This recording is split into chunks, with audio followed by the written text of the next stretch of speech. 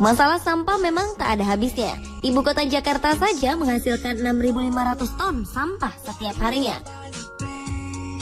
Kurangnya kesadaran masyarakat dalam membuang dan mengelola sampah turut membuat lingkungan menjadi kotor karenanya. Aliran air mampet, bau tak sedap, bencana banjir, serta timbulnya berbagai penyakit menjadi segelintir dampak dari sampah. Dan masyarakat sebenarnya mampu melakukan berbagai hal untuk mengatasi permasalahan sampah ini. Salah satunya adalah dengan adanya bank sampah.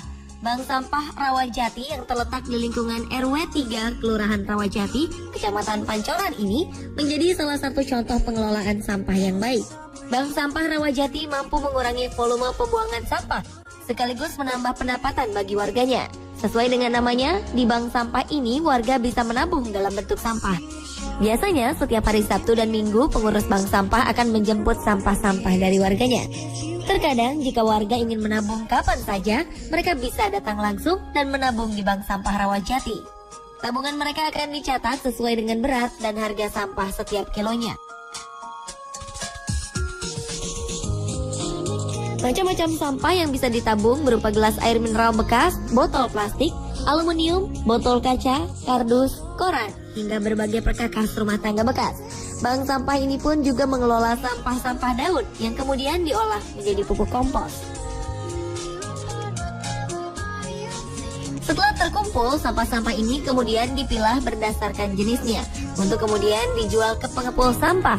Dari tumpukan sampah yang awalnya terlihat tak berguna ini, dalam 1 bulan, Bank Sampah Rawajati mampu menghasilkan tak kurang dari 4 juta rupiah. Tak hanya lingkungan yang menjadi bersih, para nasabahnya pun mendapat keuntungan berupa tabungan yang bisa mereka ambil setiap saat. Mereka langsung bisa merasakan manfaatnya.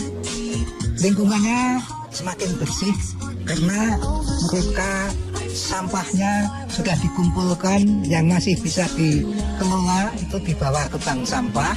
Kemudian mereka juga akan bisa menghasilkan satu tambahan secara ekonomi atau keuangan. Kita dapat tambahan dari hasil pengumpulan sampah itu.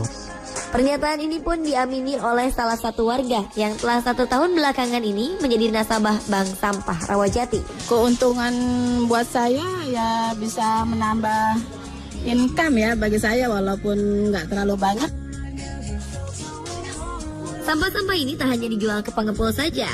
Di tangan ibu-ibu warga setempat, koran bekas, botol plastik, bungkus kopi, hingga bungkus deterjen bisa disulap menjadi benda-benda bernilai jual seperti tas, dompet, bunga hiasan, dan lain sebagainya.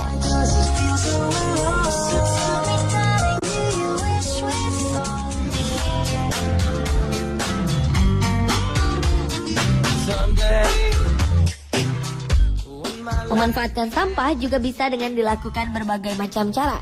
Dan inilah yang dilakukan oleh Wali Kota Bandung periode 2013 hingga 2018, Ridwan Kamil.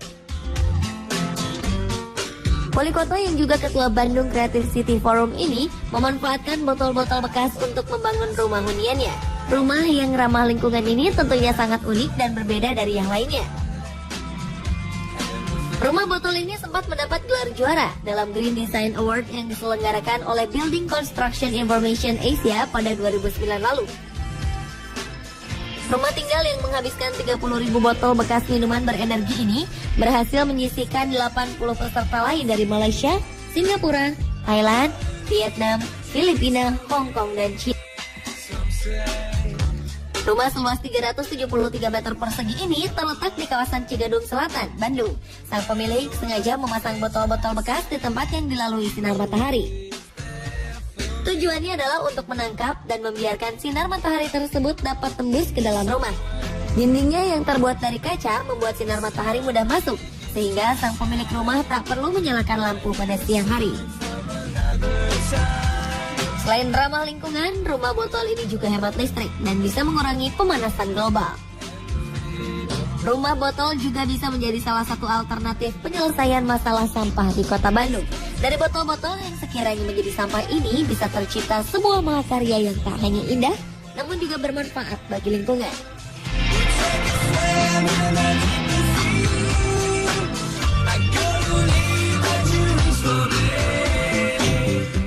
Seperti diketahui, sampah botol merupakan salah satu jenis sampah yang sulit terurai dalam tanah. Diperlukan waktu hingga jutaan tahun lamanya untuk menguraikan zat yang terdapat dalam botol bekas. Tentunya ide kreatif untuk mendaur ulang botol-botol bekas di sekitar kita bisa membantu meminimalisir penumpukan sampah yang bisa mengancam lingkungan.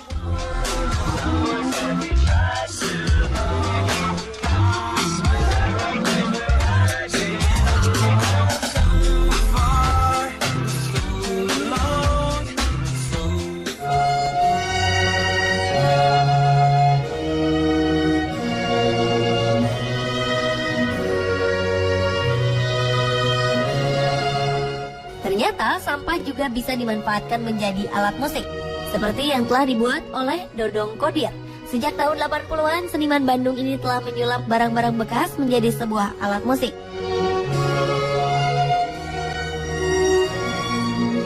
Dari mulai alat musik tiup, perkusi, hingga alat musik petik bisa dihasilkan dari limbah sampah rumah tangga. Alat musik ini juga mempunyai nama-nama unik. Salah satunya adalah chicken drum. Alat musik perkusi ini terbuat dari bekas tempat makan ayam dan karet ban bekas.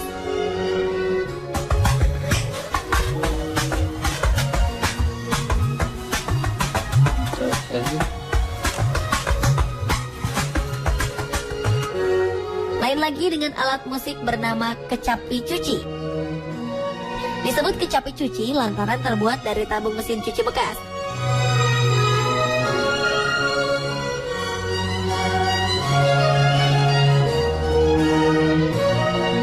Lalu ada beldong yang terbuat dari gantungan baju yang ditempelkan hiasan kuningan bekas.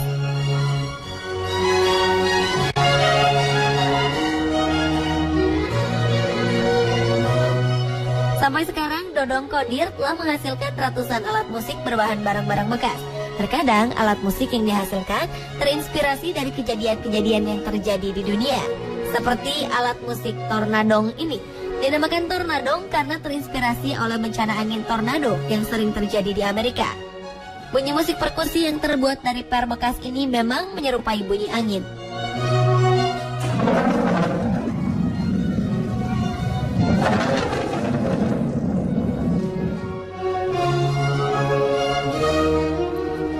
Tak hanya itu, berkat sampah, Dodong Kodir bisa berkeliling dunia. Kini beberapa alat musiknya tersimpan di museum ternama di luar negeri, seperti Cyprus, Spanyol,